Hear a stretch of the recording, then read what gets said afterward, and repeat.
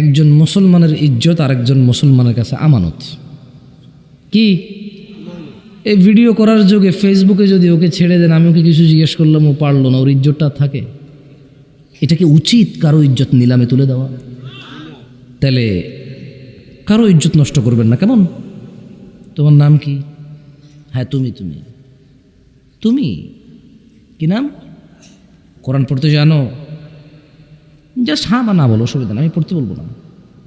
হ্যাঁ জানো না, ঠিক আছে। কেউ কেউ ভিডিও করবেন না, আমি নিষেধ করে দিলাম। আমি যাকে জিজ্ঞেস করবো তার ভিডিও কেউ করবেন না। যে করবেন সে আমানতের খেয়ানত করবেন।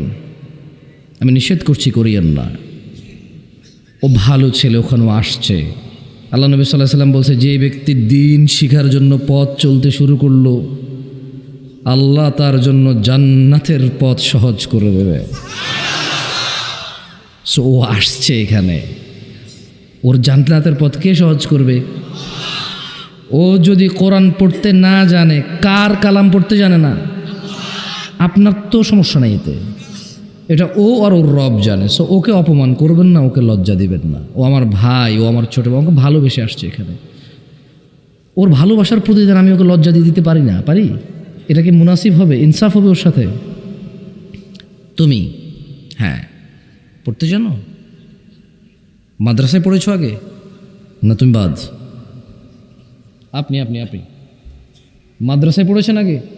কোরআন পড়তে জানেন? সত্য বলবেন, মিথ্যা বলবেন না। ঠিক আছে, উনি মাদ্রাসায় পড়েন, উনি পড়তে পারেন না। জি আপনি মাদ্রাসায় পড়েছেন? কোরআন পড়তে জানেন? জি শুধু বিসমিল্লাহির রহমানির রহিম পড়েন তো শুনি। মাশাআল্লাহ তাবারাকাল্লাহ, মাশাআল্লাহ তাবারাকাল্লাহ। আল্লাহ নবী সাল্লাল্লাহু আলাইহি ওয়াসাল্লাম বলেছে, খায়রুকুম মান তাআল্লামাল কুরআনা ওয়া আল্লামা। এই পৃথিবীতে যত মানুষ আছে,